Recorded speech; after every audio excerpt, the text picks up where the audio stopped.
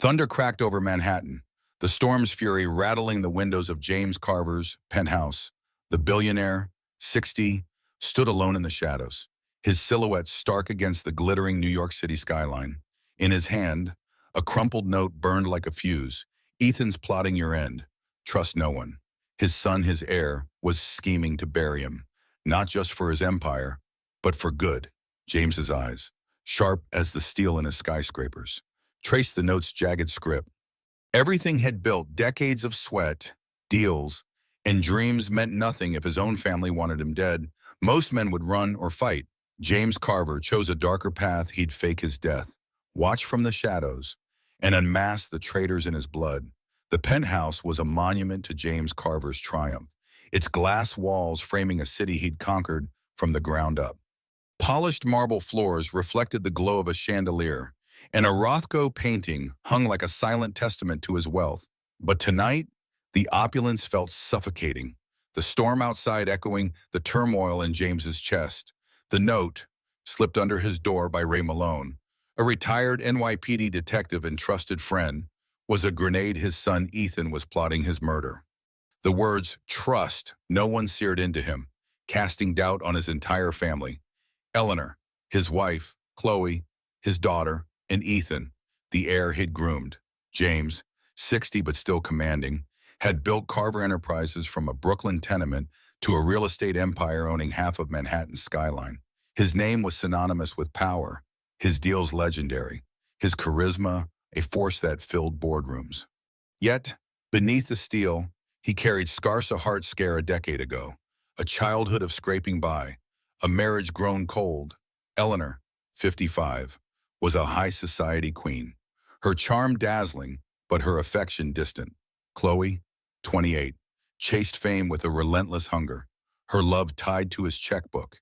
Ethan, 32, mirrored James's ambition but with a sharper edge, his eyes always on the CEO's chair. Lately, their warmth felt like a performance, and the note confirmed James' worst fears. He crossed to his study, a sanctuary of dark wood and leather, and dialed Ray on a secure line. The detective's voice was grim, cutting through the storm's rumble. "You got my note, every syllable," James said, his tone steady but laced with dread. "What's Ethan up to?" Ray didn't hesitate, tailed him to a dive bar in Queens. He met a consultant up front for a black market pharmacy, bugs on their table. Ethan's using a burner phone, real cagey. Marty texted, "The old man's ticker needs a push. Get the stuff ready." James's hand tightened on the phone, his pulse spiking. "He's targeting my heart, dead on," Ray said. "Untraceable drugs. Mimics a heart attack. Ethan's been sniffing around your meds, asking how to swap them clean. It's not a whim," James calculated. Cold, James sank into his chair, staring at a framed photo, him, Eleanor, Ethan, and Chloe at a Hamptons 4th of July, smiling like a family. The memory stung. "My son," he whispered, "wants me dead for my empire." "Worse," Ray added. It's another burner text, to an unknown number. "Has gone soon. You're welcome." Could be Eleanor. Maybe someone in your company. FBI's the move here. James? Attempted murder. The word murder landed like a blow. James' mind raced. Eleanor's cool kisses, Chloe's greedy calls, or Richard, the CFO, always too close to his wife. He shook his head. "Not yet. I need to know who's with him. I need their true colors." "You're dancing with snakes," Ray warned. "What's the plan?" James' voice hardened, the tycoon's steel resurfacing. "I die, Ray, and I watch what they do when I'm gone." The next morning, James summoned Mike, his driver and confidant, to the penthouse. Mike, an ex-Marine with a buzz cut and a scar from a bar brawl, stood in the study, arms crossed. "Fake your death," he said, skeptical. "This ain't a game. Boss, you're fooling the world family, board, press. What if they're all in on it? That's what I need to find out," James said, leaning forward. "Ethan's trying to kill me. I need to know if Eleanor and Chloe are part of it. Truth over lies." Mike rubbed his jaw, his loyalty unwavering but his eyes worried. "And if they're guilty, then what?" James's gaze darkened. "Then I start over. Alone." He dialed Dr. Patel, his cardiologist, a quiet man who'd saved him from a real heart scare years ago. Patel arrived, his calm clashing with the study's tension. James laid out the plan, a staged heart attack at a board meeting, convincing enough to fool everyone, with Patel signing a fake death certificate. "This is reckless," Patel said, adjusting his glasses. "The medical board could end me. Why not the police? Because I need their hearts," James said, his voice raw. Ethan shown his. "I need to see Eleanor's and Chloe's." Patel sighed, then nodded. "They'll make it real. But truth like this, it breaks men." 2 days later, the plan unfolded. At a Carver Enterprises board meeting in a midtown tower, James pitched a skyscraper deal, his voice steady, mid-sentence.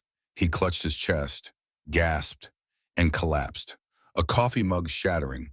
The boardroom erupted, shouts, 911 calls. Dr.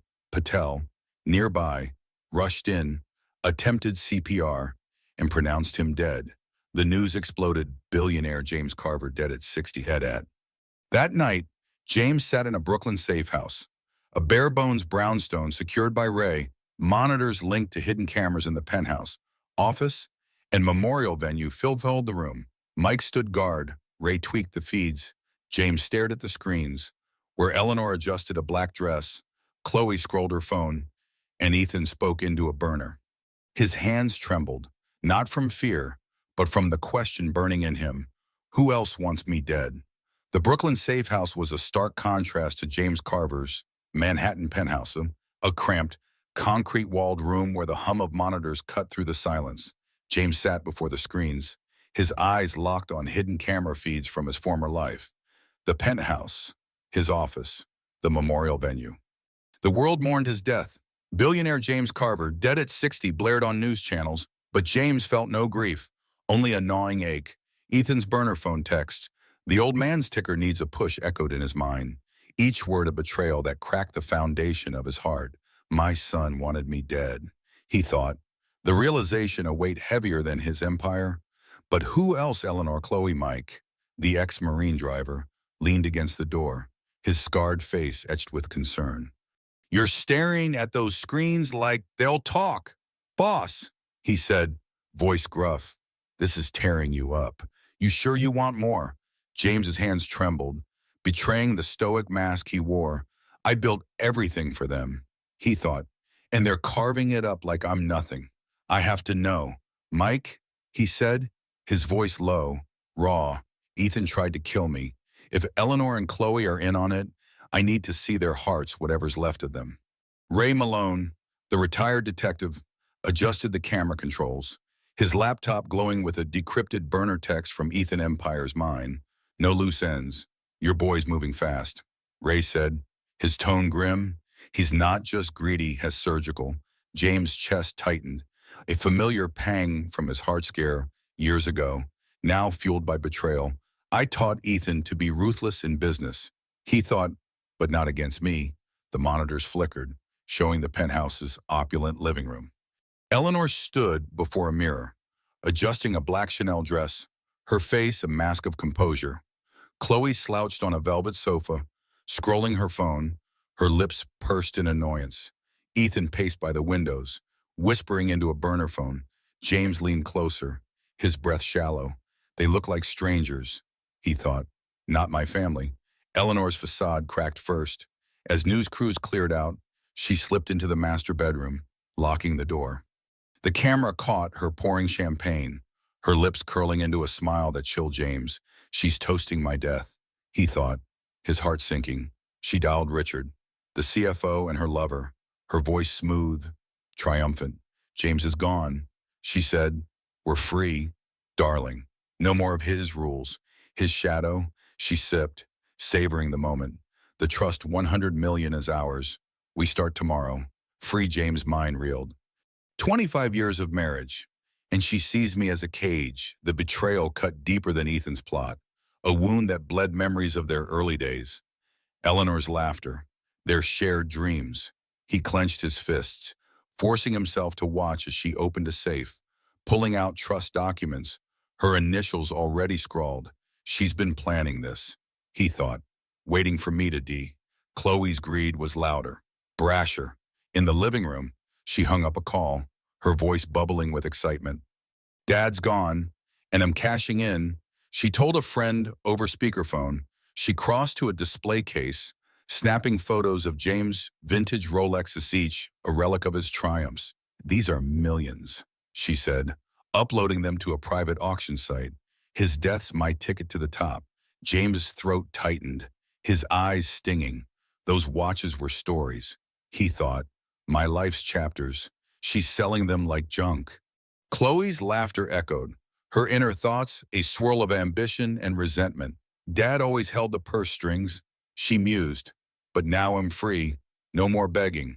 She listed a watch from her 18th birthday, her smirk defiant. This one's mine now. Ethan was the darkest shadow. The camera caught him at midnight, slipping out to a Queens alley. The street feed showed him meeting the pharmacist, handing over cash for a second vial. No loose ends, he said, his voice cold. A burner text followed, backup secured. Questions die with him. Back at the penthouse, he forged board resolutions, faking James's signature with chilling precision. He called Mr. Brooks, the lawyer, his tone icy. Dad's dead. I'm CEO. Make it happen. James' blood boiled, his inner voice raging. I raised him to lead, not to kill. Ethan's thoughts were a calculated storm. Dad was a giant, but giants fall. This empire's mine. James turned to Ray, his voice shaking. He's not just stealing, he's erasing me. Ray's laptop pinged with another text. Heads out. You're welcome. Sent to an unknown number. Possibly Eleanor. James's heart sank. Is she part of this, he thought? The question, a knife. Mike broke the silence. You're killing yourself. Watching this. Boss. Want to pull the plug? James's eyes burned with resolve. No, he said. I need to see how far they'll go. If I lose them all, he thought, I'll rebuild. But I need the truth. The Brooklyn safe house was a claustrophobic vault, its monitors bathing James Carver in a cold, unforgiving light. The feeds from his Manhattan penthouse flickered, each frame a fresh wound, Eleanor toasting his death, Chloe auctioning his legacy, Ethan plotting with burner phones. The world grieved billionaire James Carver. Dead at 60 looped on news channels, but James felt only a hollow rage. They didn't just betray me, he thought, his heart aching with every beat. They erased me. The memorial, set for today in the penthouse's ballroom, loomed like a guillotine. Would his family mourn or dance on his grave? Mike, the ex-Marine driver, stood by the door, his scarred face tight with worry. You're drowning in this. Boss, he said, voice gruff.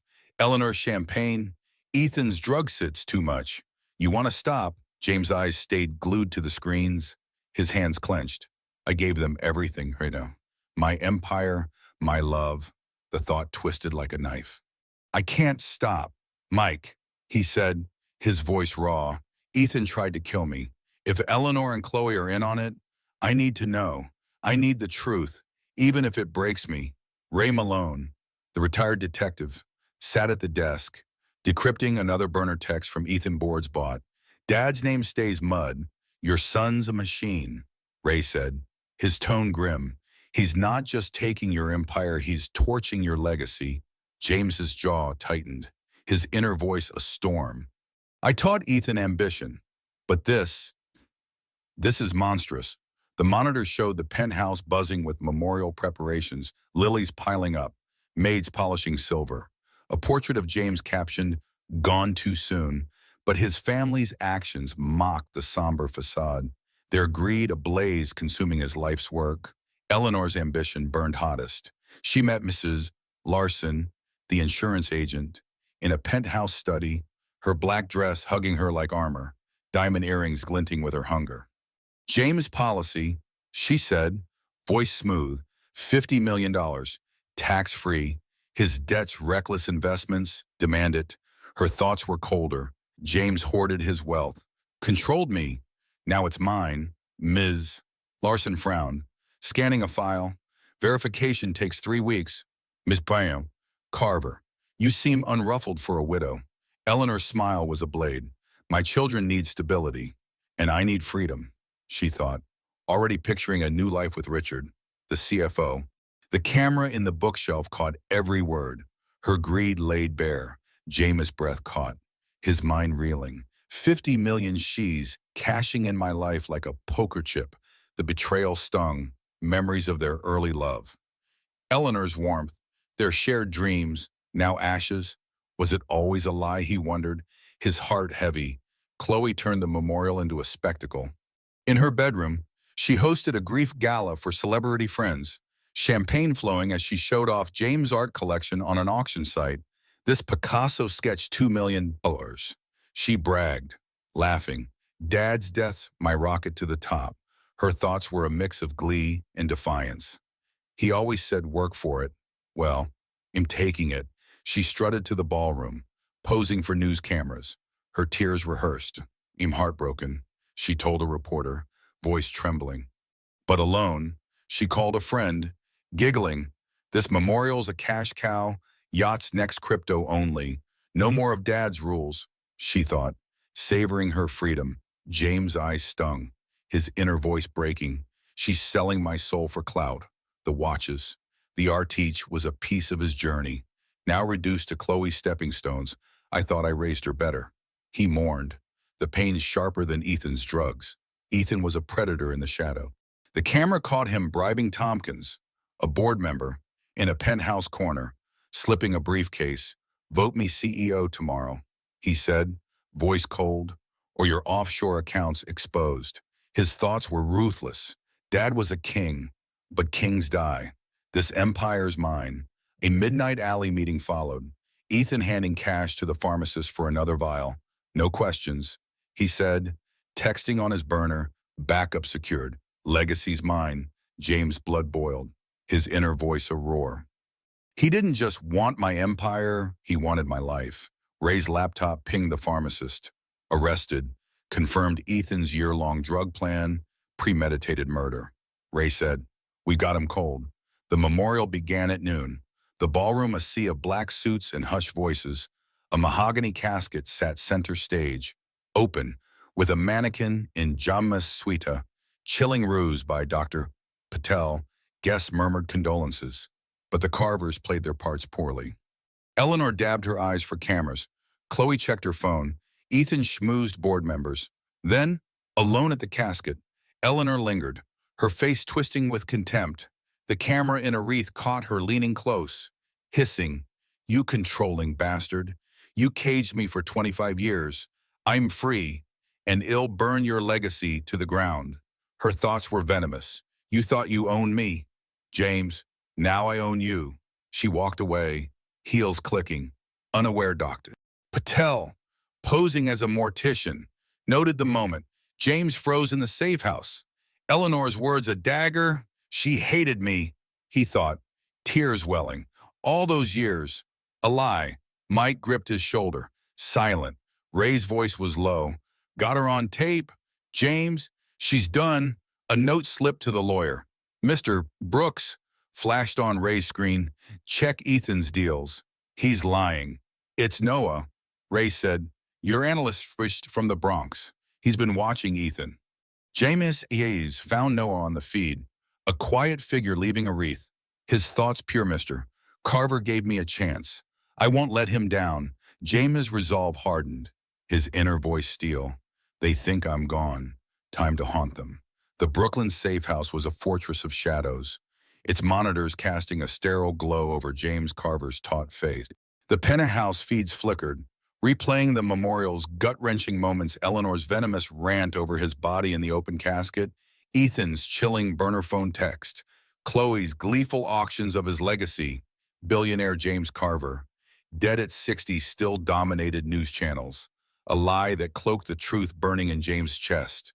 They didn't just betray me, he thought, his heart a tangle of rage and grief. They despise me. The USB in his pocket held their downfall, Ethan's drug deal, Eleanor's curses, Chloe's greed, all recorded. Tonight, the world would see his family's true faces. But the cost was a wound that might never heal. Mike, the ex-Marine driver, stood by the door, his scarred face heavy with concern. You're carrying a war in there, boss, he said, Voice gruff, gesturing to James' chest. Eleanor's words, Ethan's poison, it's killing you. You sure you want to keep going? James' hands trembled, his inner voice a storm. I built an empire for them, poured my soul into their futures. The memory of Eleanor's laughter, Chloe's childhood hugs, Ethan's eager questions about business. They haunted him, now twisted by betrayal. I have to, Mike, he said, his voice raw, eyes locked on the screens. Ethan tried to murder me. Eleanor hated me. Chloe's selling my life. I need to know how deep this goes, even if it breaks what's left of me. Ray Malone, the retired detective, sat at the desk, his laptop open to a new burner text from Ethan Funds, packed. Am gone by dawn, Ray's brow furrowed, his fingers tapping the keys. Your son's ready to vanish, he said. Duffel bag, stuffed cash, fake passport. He's not just a killer, he's a ghost in the making. Ray's eyes flicked to another screen, showing a handwritten note from the memorial. Check Ethan's deals. He's lying. Noah's our ace, Ray added. Kid's been tracking Ethan's bribes. He's the only one who didn't sell you out. James's gaze softened, landing on a frozen image of Noah, the Bronx analyst, leaving a wreath at the memorial. He wrote, You changed my life, James thought, a flicker of warmth piercing his pain. In a sea of vipers, one loyal soul, a flashback surfaced mentoring Noah years ago, a janitor with hungry eyes, soaking up James' lessons like gospel. I saw myself in him, James mused, a kid from nothing, fighting for more. Noah's loyalty was a lifeline, but the darkness of his family's actions pulled James back to the monitors. The penthouse was a theater of chaos, the memorial's echoes fading into the night.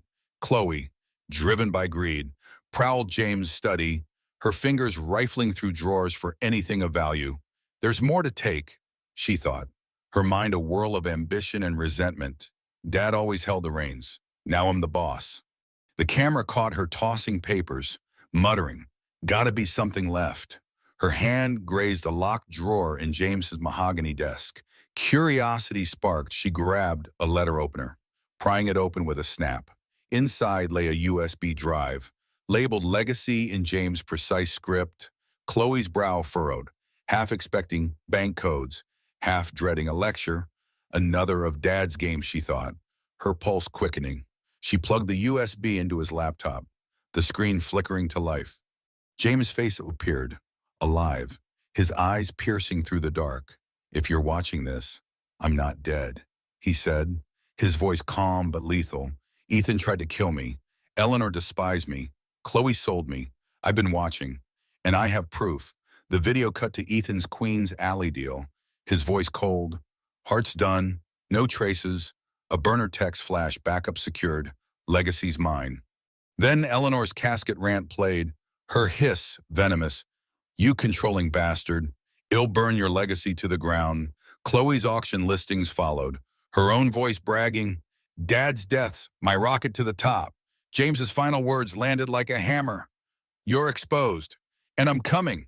Chloe's scream tore through the penthouse, the laptop crashing to the floor. Mom, she shrieked, sprinting to Eleanor's bedroom. Her thoughts were a panic. He's alive. He saw everything. I'm ruined. Eleanor, in a silk robe, grabbed the USB, her face draining of color as she watched. James, alive, she thought, her mind spiraling. My words, those cursed words at the casket. Her hands shook, replaying her rant, each syllable a noose tightening around her. I thought I was free. She mourned, but he's trapped me again. Ethan burst in, alerted by Chloe's cries. His burner phone clutched tight. What's happening, he demanded, then froze as James' voice echoed. The phone slipped from his hand, clattering on the hardwood. He's alive, Ethan thought, his usual swagger crumbling, the drugs, the bribes all for nothing. His eyes darted to the duffel bag by the door, his escape plan dissolving. We're done, he muttered, his mind racing for a way out. I was so close, the empire was mine. The fallout cascaded. Eleanor, desperate, called Ms. Larson, the insurance agent, her voice cracking. The $50 million process it now. I need to run, she thought, before James finds me. Larson's reply was icy. The policy's on hold. Mr. Carver flagged fraud personally. Eleanor dropped the phone, sinking onto the bed. Her thoughts a whale has everywhere. Watching. Always watching. The camera caught her trembling. Her queenly facade shattered. Ethan's forged documents unraveled simultaneously. Tompkins, the bribed board member, panicked after the USB's warning, confessing to Mr. Brooks, the lawyer. Ethan coerced me, he stammered, handing over fake resolutions. Brooks, loyal to James, alerted the board, halting Ethan's CEO bid. Ethan, sensing the trap, texted Richard on his burner plans blown. Meet me now. His thoughts were frantic. He'll take what's left and disappear. They won't catch me. But Richard betrayed him too. In a penthouse guest room, he met Eleanor, his voice low. Ethan's a sinking ship, he said, pouring scotch. I've moved funds to the Cayman Sour ticket out. We ditch him. I played them all, Richard thought, smirking. Eleanor's eyes blazed, realizing she'd been used. Another man pulling my strings. She seethed, slapping him. You snake. The camera caught Richard's retreat, his confession recorded for James' arsenal. In the safe house, James' resolve crystallized. His inner voice a vow. They thought me dead, but I'm their reckoning. Ray held up Noah's note. Check Ethan's deals. His lying. Kid's been tailing Ethan for months, Ray said. Saw the bribes. Tipped Brooks. He's your guardian angel. James' eyes found Noah on the feed, delivering a condolence wreath. His thoughts clear. Carver gave me purpose. I owe him the truth. Ray's phone buzzed. The pharmacist's arrest yielded Ethan's burner text, confirming the drug doses. We've got enough to bury them, Ray said. James stood, his silhouette towering. They cursed my name, sold my soul. He thought, tomorrow, I walk in, and they face the ghost they made.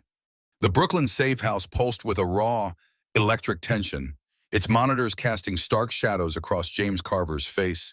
The penthouse feeds flickered, replaying the Carver family's unraveling. Chloe's scream at the USB's revelation. Eleanor's trembling panic. Ethan's desperate glance at his escape bag.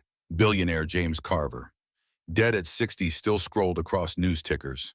A lie now poised to explode. James stood, his gray suit sharp as his resolve. The USB in his pocket, a grenade loaded with truth. Ethan's drug plot, Eleanor's casket rant, Chloe's auctions. They thought they'd bury me, he thought, his heart a furnace of rage and sorrow. But I'm their judgment day. Today, at the memorial's televised finale, he'd walk in, a ghost to shatter their world. Mike, the ex-Marine driver, checked his watch, his scarred face etched with unease. This is it, boss, he said, voice gruff. You step into that ballroom. It's war.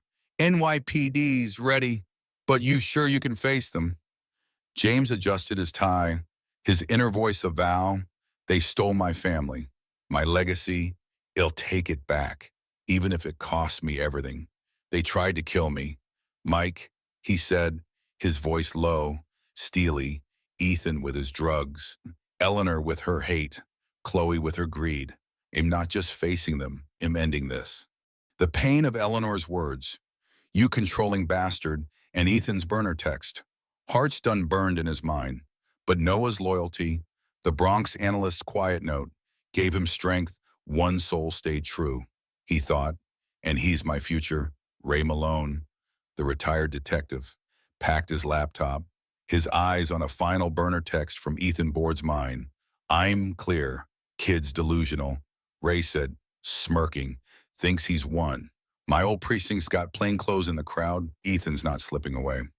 Ray handed James a remote for the ballroom's projector, synced to the USB. Hit this, and their sins play for the world. James nodded, his thoughts a storm of grief and resolve.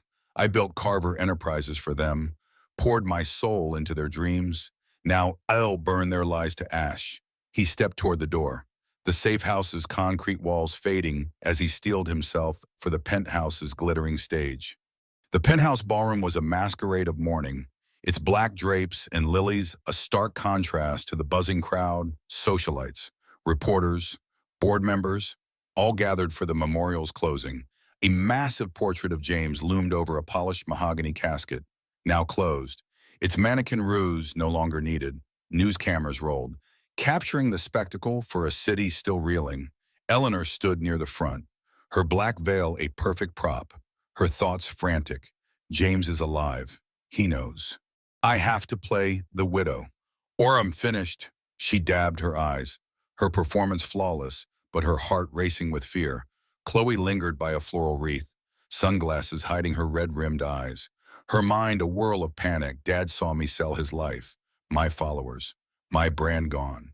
She clutched her phone, desperate to salvage her image. But the USB's image, sure auction boasts, chaunted her. Ethan, in a tailored suit, schmoozed board members, his smile predatory, his thoughts defiant. I was so close. If I can sway the board now, I'm still king. His burner phone buzzed with a text from Richard. Meet me after. We split the funds. Ethan smirked, unaware of Richard's betrayal. The crowd hushed as a pastor began a prayer, but a gust of wind swept through as the ballroom doors creaked open. Heads turned, gasps rippling. James Carver strode in, alive. His presence a thunderclap. His gray suit gleamed under the chandeliers, his eyes sharp as steel, cutting through the room. Am not their father, their husband, he thought. In their reckoning, screams erupted. A reporter dropped her mic. Chloe's sunglasses clattered to the floor. Her thoughts a scream. He's here. It's over. Eleanor's veil slipped, her face ashen, her mind collapsing. My words, my hate. He heard it all. Ethan staggered back, his burner phone slipping from his pocket, his thoughts a snarl. No, no, I killed him. A board member shouted. It's a miracle, but the Carvers knew it was a nightmare. James stepped to the podium, his voice calm but lethal. Good evening, he said, eyes sweeping the crowd. I heard you were praying for my soul. Seems I'm not done yet. He faced his family, their faces frozen in terror. I faked my death to see your hearts, and what I found disgusts me. He clicked Ray's remote, and the ballroom's projector flared to life. The USB footage played Ethan's Queen's Alley deal, his voice cold. Hearts done, no traces, a burner text flash, backup secured. Legacy's mine. Eleanor's casket rant followed, her hiss venomous. You controlling bastard. I'll burn your legacy to the ground. Chloe's auction listings rolled. Her giggle damning Dad's deaths, my rocket to the top. Gasps filled the room. Reporters scrambling. Cameras zooming. James faced Eleanor, his voice cutting. You cursed me in my casket, planning to steal my trust. Her thoughts wailed, I'm exposed, ruined. He turned to Chloe. You sold my life for clout. She sobbed, thinking, I just wanted to be free. Finally, Ethan, his voice rising, you tried to murder me, son, drugged in my meds. A year in the making. Ethan lunged, screaming, you suffocated me. His thoughts were feral. I'll take him down with me. Security tackled him, Ray stepping forward with NYPD plainclothes, cuffing him on live TV. Ethan Carver, you're under arrest for attempted murder, Ray said, reading his rights as cameras flashed. The crowd was a storm shouts, tears, disbelief. James raised a hand, silencing them. I gave you everything, he said, his voice breaking, his thoughts raw. I loved them, and they broke me, but you gave me lies. He pulled a document from his jacket, his voice steady. My empire goes to Noah, my true son, Noah, standing quietly at the room's edge, stepped forward, stunned. James's eyes softened, his thoughts warm. Has my redemption. Noah is my son, James said, from a mistake in my youth, raised in the Bronx, but loyal beyond measure. Noah's thoughts were humble. I just wanted to honor him. The crowd murmured, board members nodding, reporters scribbling. A king chooses his heir, James thought, and I choose truth. Eleanor collapsed, sobbing, her thoughts a plea. Forgive me, James. Chloe fainted, her world shattered. Ethan, cuffed, glared, his mind defiant. This isn't over. But James turned, walking out, his silhouette fading into the city night, a man reborn in fire. The penthouse, Once a beacon of James Carver's triumph, was a ghost of itself the morning after the memorial. The black drapes hung limp, lilies wilting in their vases, the ballroom's grandeur tainted by the chaos of James' return. News channels replayed the bombshell. Billionaire James Carver, alive, son arrested for attempted murder, but in the safe house. James sat in silence. The monitors darkened. The USB's revelations, Ethan's drug plot, Eleanor's casket rant, Chloe's greed had shattered his family, and Noah's anointment as heir marked a new dawn. I tore it all down, James thought, his heart heavy with loss and resolve. But ill-billed again, with truth. The empire was safe, but the cost was a family he no longer knew. Mike, the ex-Marine driver, leaned against the wall, his voice gruff but warm. You did it? Boss, Ethan's locked up. Noah's got the keys. You okay, James sighs. Weary but sharp. Met Mike's.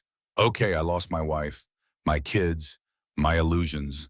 I'm standing, he said, his voice low, steady. That's enough for now. His thoughts drifted to Noah, the Bronx kid who'd proven loyalty was worth more than blood. Has my legacy now, James mused, a flicker of hope easing the ache. Ray Malone, the retired detective, packed his gear, his laptop closed. Ethan's trial set, he said. Pharmacist testimony. Burner texts, heart's done its airtight. He's facing years. Ray's eyes softened. Noah's note saved you. James, kid's a hero. James nodded, his inner voice firm. I chose right. The weight of Eleanor's words, you controlling bastard, and Ethan's betrayal lingered. But Noah's quiet strength was a balm. I gave him a chance, and he gave me truth. The Carver family's fall was swift, merciless. Eleanor sat alone in the penthouse's dining room, the once grand table bare, her makeup smudged from sleepless nights. I was a queen, she thought, her mind a tangle of regret and defiance. James took it all, my status, my future. A knock shattered her thoughts. A court officer stood at the door, papers in hand. Mrs. Carver, eviction notice. This property belongs to Noah Carver now. 2 hours to pack. Eleanor's legs buckled, her thoughts a wail. Noah. That nobody? She gripped the table, memories of her casket rant. It'll burn your legacy, choking her. I cursed him, and he cursed me back. The camera, still active, caught her packing bags, her hands shaking as movers carried out furniture. She fled to a dingy motel, staring at a cracked mirror, whispering, I was blind. I thought I'd won. She mourned, but I lost everything. Chloe's ruin was public, brutal. She stood in the penthouse driveway, bags piled beside her designer clothes mismatched. Her thoughts a storm. Dad saw me sell his life, my friends, my fame gone. News vans circled, headlines screaming, Carver daughter sells father's legacy. Her phone, once buzzing with offers, was silent. Her socialite circle had vanished. I just wanted to be free, she thought, tears falling as she pawned her jewelry to survive. The camera caught her boarding a bus, her face hollow, a fallen princess in a city that no longer cared. Ethan faced the harshest reckoning. In a stark holding cell, he sat cuffed, his tailored suit replaced by an orange jumpsuit. I was so close, he thought, his mind defiant despite the bars. The empire was mine. His trial loomed. The pharmacist's testimony and burner texts, backup secured sealing his fate. Headlines branded him Carver heir, plotted father's murder. Dad won, Ethan seethed, but he'll find a way back. The camera in the cell block caught his glare, unrepentant, a predator caged but not broken. Noah's rise was the counterpoint, a quiet triumph. He stood at the penthouse's entrance, the iron gates opening for him. A kid from the Bronx, now king, his clean suit, tailored by James' designer, felt foreign, but his thoughts were grounded. Mr. Carver gave me purpose. I won't fail him. James watched from the balcony, pride softening his weathered face. He's the son I should have had, he thought, his heart lighter. Inside, the staff drivers, maids, cooks lined up, some who'd once mocked Noah, now nervous. A driver whispered. The janitors, our boss. The head maid snapped. Quiet. The dead man chose him. James joined Noah, his voice firm. This is your home, he said. Wealth reveals who you are. Stay true. Noah nodded, his thoughts resolute. We'll honor his name, not just his money. Mr. Brooks, the lawyer, arrived with documents. Congratulations, Mr. Carver, he said. Properties, shares, accounts, all yours. Noah's hands trembled, signing, his mind racing. I'm no king, but ill learn. James clapped his shoulder, whispering, you've already passed the test. Across town, Richard, the CFO, was arrested at JFK, his Cayman funds traced by Ray's contacts. I played them all, had thought, but the cuffs proved otherwise. Ray visited James, grinning. Got the snake, he said, accepting a bourbon. To real friends, James smiled, his thoughts warm. Ray and Mike there, my family now. Noah found Eleanor's apology letter in the penthouse, her scrawl pleading forgiveness. Maybe someday, he thought, tucking it away. James, seeing it, burned his copy, his mind firm. Some bridges, stay ash. The city hummed outside, its skyline a canvas for Noah's future. Noah stood on the balcony, the lights of Manhattan sprawling before him. This city breaks dreams, he thought, but ill-built new ones. James joined him, his voice steady. Make it better than I did. Noah nodded. A king rising from the ashes of betrayal. The Manhattan skyline glittered under a starless night, its towers standing like sentinels over a city that never slept. In the penthouse, now Noah's domain, the echoes of betrayal had faded, replaced by the quiet hum of a new beginning. James Carver stood on the balcony, his silhouette softer than before, his eyes tracing the lights he'd once conquered. I lost a family, he thought, his heart still tender from Eleanor's casket. Rant you controlling bastard, and Ethan's chilling plot, heart's done. But I found a son in Noah, a truth worth more than my empire. The pain lingered, but so did hope, a fragile seed planted in the ashes of his past. Noah, inside, sat at the dining table, reviewing plans for affordable housing, a dream to honor James's tenement roots. I was invisible once, he thought, but Mr. Carver saw me. Will make him proud. His quiet resolve mirrored the city's pulse, a testament to loyalty that outshone greed. Across town, Eleanor huddled in a motel, her reflection in a cracked mirror, a stranger's. I was a queen, she mourned, but I cursed my king. Chloe, on a Greyhound bus, stared out a grimy window, her thoughts hollow. I sold Dad's love for nothing. Ethan, in a cell, glared at the bars, his mind unyielding. Ill rise again. Their falls were a warning, their greed a shadow that lingered. This story isn't just about a billionaire's test, it's about what makes us human. James learned family isn't blood. It's who stands by you when the world turns dark. Ethan's drugs, Eleanor's hate, Chloe's auctions, they chose greed over love, and it consumed them. Noah's rise, from a Bronx janitor to heir, shows that integrity builds what wealth never can. In a city like New York, where ambition burns bright, I believe true wealth is trust, the kind that survives a casket's curse. Who'd cry if you were gone? James's question haunts me, a mirror to our own lives. We chase success, but it's the knowest those quiet, loyal souls who anchor us. Let's build lives where betrayal finds no foothold, where love outlasts the storm. Would your family pass James' test? Drop a comment. Let's talk loyalty, betrayal, and second chances.